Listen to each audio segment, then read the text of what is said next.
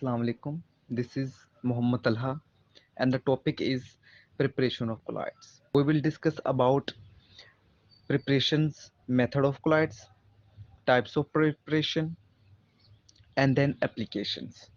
हम इसके बारे में पढ़ेंगे कि क्या प्रिपरेशन इनकी पॉसिबल है, अगर वो प्रिपरेशन पॉसिबल है तो वो प्रिपरेशन कैसे होती है और इसके कुछ एप्लीकेशंस के बारे में हम पढ़ेंगे। हमारे पास 2 या 3 टाइप के ज़्यादातर आ जाते हैं, क्योंकि जो हमारा डिसइंटीग्रेशन और पेप्टाइज़ेशन मेथड एक ही फॉर्म में फ़ॉल करते हैं। लेकिन हम इसको लेकिन हम इसको 2 टाइप्स में डिस्कस करेंगे। 2 टाइप्स में हमारे पास क्या-क्या आ जाते हैं, डिसइंटीग्रेशन मेथड और डिस्पर्शन मेथड। और जो हमारे पास डिस्पर्शन मेथड होता है, वो मैक्रोमोलेक्यूल्स के लिए इस्तेमाल होता है। ठीक हो गया। इसलिए हमारे पास सबसे पहले जो टाइप आती है वो डिसइंटीग्रेशन मेथड आ जाती है और हमारे पास कंडेंसेशन मेथड आ जाती है। थर्ड पे हमारे पास लिखा हुआ है ना पेप्टाइजेशन मेथड। पेप्टाइजेशन मेथड जो है ना वो इंटीग्रेशन मेथड यानी कि डिसइंटीग्रेशन मेथड में ही हम डिस्कस करेंगे। नाउ सबसे पहले हमारे पास आ जाता है डिसइंटीग्रेशन मेथड। को पढ़ने से पहले आप लोगों को पता होना चाहिए, 2 चीज़ों के बारे में फ़र्क आपको पता होना चाहिए। सबसे पहले किसके बारे में? लियोफिलिक के बारे में और लियोफोबिक के बारे में। देखें, जो हमारे पास होते हैं ना लियोफिलिक, वो हम सिंपल बना सकते हैं शेकिंग की मदद से। लेकिन यहाँ पे अब हमारे पास आ जाता है लियोफोबिक। लियोफोबिक किस लिए होते हैं? लियोफोबिक होते हैं ऐसे ऐसे जो एक दूसरे को पसंद नहीं करते, मतलब कि जो हमारे पास डिस्पर्स फेज यानी कि डीपी और जो हमारे पास डीएम यानी कि डिस्पर्स्ड मीडियम जो हमारे पास होता है वो एक दूसरे को पसंद नहीं करते और ये हार्ड टू प्रिपेयर होते हैं, क्योंकि जैसा कि हमें नाम से ही ज़ाहिर हो रहा है इन्हें हम लियोफोबिक कहते हैं। फोबिक वो होते हैं जो एक दूसरे को पसंद नहीं करते होते। चलें, इसमें हमारे पास सबसे पहले the method is use to implore the prepare colloid solution of metals, यानी कि ये जो मेथड होता है ये मेटल्स के लिए यूज़ होता है। मेटल्स हमारे पास जैसे कि कॉपर आ गया, गोल्ड आ गया, यानी कि उनके कोलाइड्स वगैरह बनाने के लिए यूज़ होता है। इसमें हमारे पास एग्जांपल आ जाती है purple cosine a colloidal of gold is obtained by this method, यानी कि पर्पल कोसाइन भी गोल्ड का हम इससे ऑब्टेन करते हैं। अच्छा, इस मेथड को हम ब्रीडिक्स आर्क मेथड कहते हैं। हम इसको आर्क मेथड क्यों कहते हैं ये हम इस पिक्चर की मदद से हम देखेंगे। अच्छा, यहाँ पे हमारे पास 2 कंटेनर्स लिए गए हैं। एक कंटेनर में हमारे पास आइस है, एक कंटेनर में हमारे पास वाटर है, और 2 कंटेनर है। अब ये आइस हमने क्यों यूज़ की है ये आपको बाद में बताऊंगा कि जी ये हमने आइस क्यों यहाँ पे यूज़ की है। अब देखिए, हमारे पास रोड्स दिए गए हैं। अब रोड्स एक बात याद रखनी है, जब भी प्रिपरेशन ऑफ कोलाइड्स करनी है आप लोगों ने ब्रीडिक्स आर्क मेथड की मदद से, उसमें हमारे पास जो रोड्स होंगे वो हमेशा उसी मेटल के होंगे जिस मेटल के हम कोलाइड्स बनाना चाहते हैं। आई बात की समझ या नहीं आई? मतलब कि जो हम रोड्स वगैरह यूज़ करेंगे वो उन्हीं मेटल के बने होंगे। ठीक हो गया। और इसके लिए हम के ओ एच भी यूज़ करेंगे। ये के ओ एच और आइस का रीज़न मैं बताऊंगा कि हम यहाँ पे के ओ एच और वो वाटर वाटर का वाटर और आइस वगैरह हम क्यों यूज़ करते हैं। ठीक हो गया।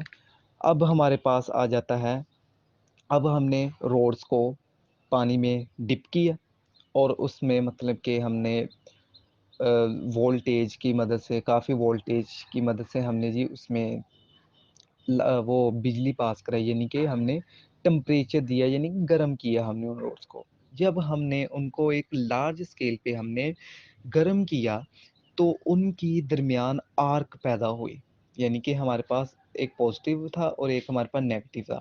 जब उन दोनों के दरमियान आर्क पैदा हुई तो वो जो आर्क होगी तो वो जो हमारे पास मेटल्स या गोल्ड के फॉर एग्जांपल बने होंगे तो वो पिघलना स्टार्ट हो जाएंगे।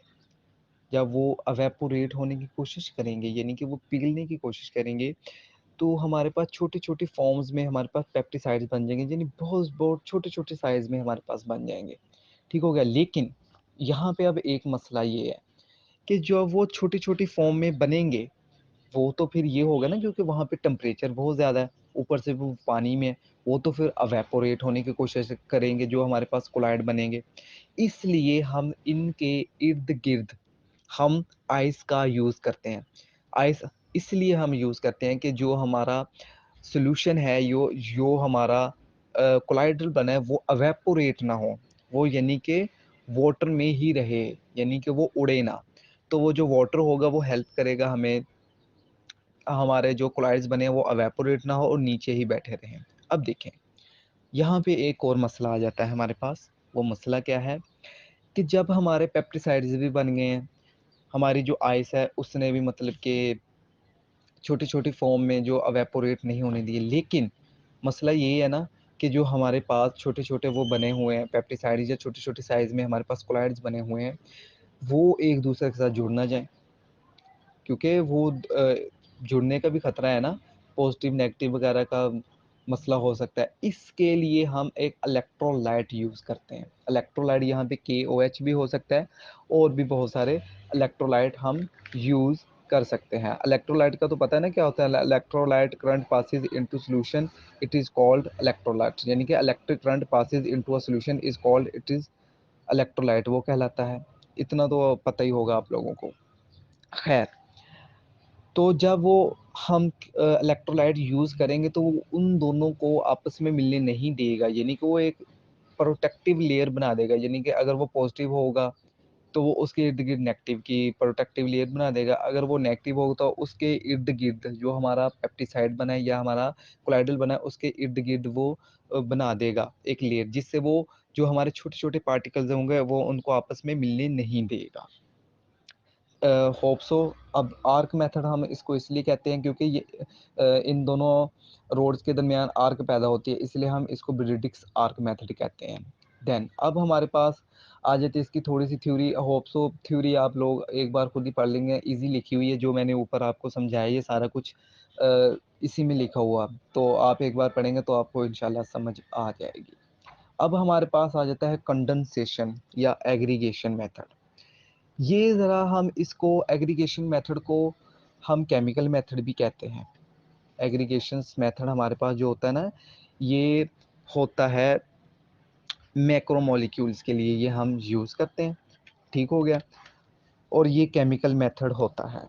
इसमें हमारे पास सबसे पहले आ जाता है bye double composition, reduction method और ऑक्सीडेशन मेथड और हाइड्रोलाइसिस आ जाता है हमारे पास। हाइड्रोलाइसिस हमारे पास सबसे पहले आ जाता है डबल कंपोज़िशन। डबल कंपोज़िशन में हम यूज़ करते हैं आर्सेनिक ऑक्साइड यूज़ करते हैं। उसके बाद हम H2S यूज़ करते हैं। अच्छा, हमारे पास जो आर्सेनिक का जो ऑक्सीडेशन स्टेट होता है वो होता है +3 के बराबर, और जो हमारे पास O3 का ऑक्सीडेशन होता है वो होता है -2 के बराबर। क्योंकि इसमें हमारे पास डबल कंपोज़िशन में जो अमल होता है ना वो होता है आयन एक्सचेंज का। आर्सेनिक ऑक्साइड क्या करेगा, वो रिएक्ट करेगा H2S के साथ, और वो जो आके AS2 यानी कि आर्सेनिक सल्फाइड बना देगा हमारे पास, और प्लस H2O बना देगा, यानी कि सिंपल इसमें हमारे पास आयन एक्सचेंज होता है। आगे हमारे पास आ जाता है रिडक्शन मेथड। इसमें हमारे पास क्या होता है, जो AU होता है हमारा, वो क्या बनाता है, वो खुद को ही रिडक्ट करवा लेता है। खुद को जब वो रिडक्ट करवाएगा, वो हमारे पास बन जाएगा फॉर्मिक फॉर्मिक एसिड बन जाएगा, यानी कि वो फॉर्मिक एसिड में हमारे पास बन जाएगा, यानी कि HCHO की फॉर्म में या HCOOH की फॉर्म में खुद को वो कन्वर्ट करेगा, और इसकी जो ऑक्सीडेशन हमारे पास बनेगी वो बनेगी +2, यानी कि जो हमारे पास आगे एक एक्व सॉल्यूशन बना है वो है 3SnCl2 एक्व सॉल्यूशन में बना है। और जो क्योंकि यहाँ पे हमारे पास AU है, वो खुद को रिडक्ट करवा रहा है, इसलिए AU आगे हमारे पास +2 AU हमारे पास 0 आ जाएगा, और प्लस S3SN Cl4 जो बनेगा उसकी हमारे पास जो ऑक्सीडेशन स्टेट आएगी वो +4 आ जाएगी। इसलिए ये खुद को एक रिडक्शन मेथड की मदद से और यहाँ पे हमारा जो मतलब कि कोलाइडल है वो तैयार है 3SnCl2 की फॉर्म में। ठीक हो गया। अब हमारे पास आ जाता है जी ऑक्सीडेशन। इसमें हम Br2 या SO2 यानी कि सल्फर डाइऑक्साइड भी यूज़ कर सकते हैं। किसके साथ? H2S के साथ हम यूज़ करते हैं। Br को भी आप यूज़ कर सकते हैं और SO2 को भी आप यूज़ कर सकते हैं। इसमें हमारे पास जो हमारा बनता है H2S की, हमें पता है जो ऑक्सीडेशन स्टेट होती है वो क्या होती है? -2 होती है। अब ये जब सल्फर डाइऑक्साइड H2S के साथ जाकर रिएक्ट करेगा, हमारे पास हमारा वो बन जाएगा, क्या कहते हैं, कोलाइडल बन जाएगा एस सल्फर की फॉर्म में और +2 HBr बन जाएगा हमारे पास। ठीक हो गया। होप सो आप लोगों को समझ आ रही होगी। अब हमारे पास इसकी फोर्थ फॉर्म आ जाती है, यानी कि फोर्थ मेथड आ जाता है केमिकल मेथड्स में। इसमें हमारे पास बाय हाइड्रोलाइसिस की मदद से हम करते हैं। इसमें हमारे पास फेरिक फेरिक Fe को हम यूज़ करते हैं, FeCl3 को हम यूज़ करते हैं, फिर फेरिक को यूज़ करते हैं और +3H2O को हम यूज़ करते हैं। ठीक हो गया। हमारे पास ये हमारा आगे रिएक्ट करेंगे एक दूसरे के साथ, तो Fe इंटू OH3 यानी OH3 हमारे पास बन जाएगा, यानी फेलिक बन जाएगा हमारे पास और 3HCl बन जाएगा हमारे पास। मतलब कि हमारा जो Fe इंटू OH3 लिखा हुआ है ये हमारा कोलाइडल सॉल्यूशन बन गया, यानी कि फेलिक की फॉर्म में बन गया और जो दूसरा था वो HCl की फॉर्म में रिलीज हो गया। अब हमारे पास पेप्टाइजेशन का अमल आ जाता है, क्योंकि ये डिसइंटीग्रेशन का है तो ये इजी है ज़रा, ये बहुत सिंपल है, बहुत इजी है। इसमें ये बहुत सिंपल है। इसमें हमने एक टेस्ट ट्यूब लेनी है, टेस्ट ट्यूब में हमने वाटर डाल देना है, पीपीटी डाल देनी है और इलेक्ट्रोलाइट डाल देनी है। अच्छे से हिलाना है हमने थोड़ी देर के लिए और हमारा कोलाइडल सॉल्यूशन तैयार है। सिंपल। लेकिन इसके लिए एक हमें कंडीशन है, जो हमारा पीपीटी तैयार होना चाहिए वो फ्रेश होना चाहिए। हमारा जो पीपीटी तैयार हो ना वो फ्रेश फॉर्म में हो। अगर वो फ्रेश फॉर्म में नहीं होगा तो हमारा कोलाइडल तैयार नहीं होगा। सिंपल वर्डिंग में हमने वाटर लेना है, पीपीटी लेने और इलेक्ट्रोलाइट डालना है, तीनों को आपस में शेक करना और हमारा कोलाइडल तैयार। सिंपल। अब हम इसकी थोड़ी सी एप्लीकेशंस देखते हैं। इंशाल्लाह एप्लीकेशंस आपको समझ आ जाएंगी। एप्लीकेशंस में हम इसे मेडिसिन में हम काफ़ी हद तक यूज़ करते हैं। ठीक हो गया। मेडिसिन में यूज़ करते हैं, प्योरीफिकेशन ऑफ वाटर में हम यूज़ करते हैं। प्योरीफिकेशन ऑफ वाटर में क्या, जो हमारे पास वाटर प्योर नहीं होता उसमें हम एलएम डालते हैं, क्योंकि एलएम एक खुद क्या कहते हैं, पेप्टिसाइड है, जब वो यानी कि कोलाइडल है। जब हम उसको एक दूसरे के साथ मिलाते हैं, इम्प्योर वाटर के साथ जब हम उसको मिलाते हैं तो एलएम उसके साथ रिएक्ट करके वाटर को प्योर फॉर्म में कर देता है। उसके बाद हमारे पास आ जाता है क्लींजिंग एक्शन ऑफ सोप्स में हम यूज़ करते हैं फॉर्मेशन ऑफ डेल्टा। ये बहुत इंपॉर्टेंट क्वेश्चन है, काफ़ी पूछा जाता है इस क्वेश्चन को। फॉर्मेशन ऑफ डेल्टा को जब देखें, हमारे जो रिवर्स हैं, रिवर्स का तो आपको पता ही होगा, जो समुद्र में जाती हैं। जब वो समुद्र में जाती हैं, अच्छा, रिवर की जो क्ले होती है ना वो कोलाइडल पार्टिकल्स होती हैं और वो किस में जाती हैं? सी में जाती है। और आपको पता है सी में NaCl भी है और भी बहुत सारे इलेक्ट्रोलाइट्स हैं। ठीक हो गया। जब ये NaCl यानी कि ये इलेक्ट्रोलाइट्स इन यानी कि क्ले के साथ मिलते हैं, तो ये इसकी जो ऊपर वाली लेयर होती है, प्रोटेक्टिव लेयर, किनकी प्रोटेक्टिव लेयर्स? जो हमारे पास रिवर की क्ले होती है उनकी प्रोटेक्टिव लेयर, या फिर जो हम उनके जो साइंस यानी कि जो उनके चार्जेस होते हैं वो उनको ख़त्म कर देते हैं, वैनिश कर देते हैं, जिसकी मदद से हमारा जो पीपीटी बन जाता है और वो नीचे बैठ जाता है। रिवर के जो क्ले होता है वो जाके इसीलिए तो नीचे बैठ जाता है, इसलिए हम इसको डेल्टा, फॉर्मेशन ऑफ डेल्टा कहते हैं। स्मोक स्मोक में स्मोक प्रिपरेशन में हम यूज़ करते हैं। आर्टिफिशियल रेन में यूज़ करते हैं। आर्टिफिशियल रेन सिंपल वर्डिंग में बता देता हूँ, वो एरिया जहाँ पे बारिश वगैरह नहीं होती, लाइक दुबई वगैरह, वहाँ पे काफ़ी हद तक यही आर्टिफिशियल रेन करवाई जाती है। उसमें जी क्या करते हैं, हेलीकॉप्टर वगैरह में जाते हैं और वो जी इलेक्ट्रोलाइट्स की बौछार कर देते हैं, किन पे जी? क्लाउड्स पे। तो वो जो क्लाउड्स होते हैं वो एक दूसरे के साथ मिल जाते हैं, क्योंकि जो हमारे पास उनके ऊपर जो चार्जेस होते हैं वो एक दूसरे को अट्रैक्ट करते हैं, और जब वो एक दूसरे के साथ मिलते हैं तो वो जिससे एक दूसरे के साथ मिलते हैं क्लाउड्स एक दूसरे के करीब आते हैं, और जिसकी मदद से हमारे पास बारिश होने लग जाती है। सिंपल वर्डिंग में बता रहा हूँ। स्मोक स्क्रीन में यूज़ करते हैं हम, रबर इंडस्ट्री में यूज़ करते हैं, और एक क्वेश्चन आ गया हमारे पास, टैनिंग में हम यूज़ करते हैं। टैनिंग क्या होता है?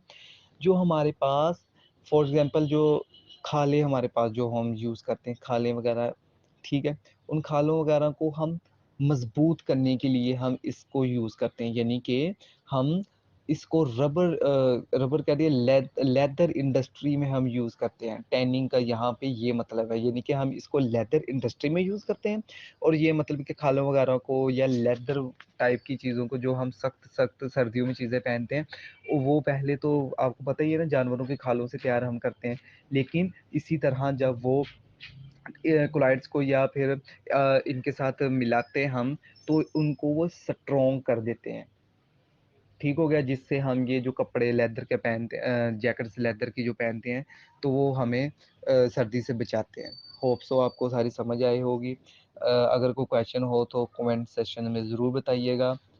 हम आपको आंसर देने की पूरी कोशिश करेंगे। Thank you so much.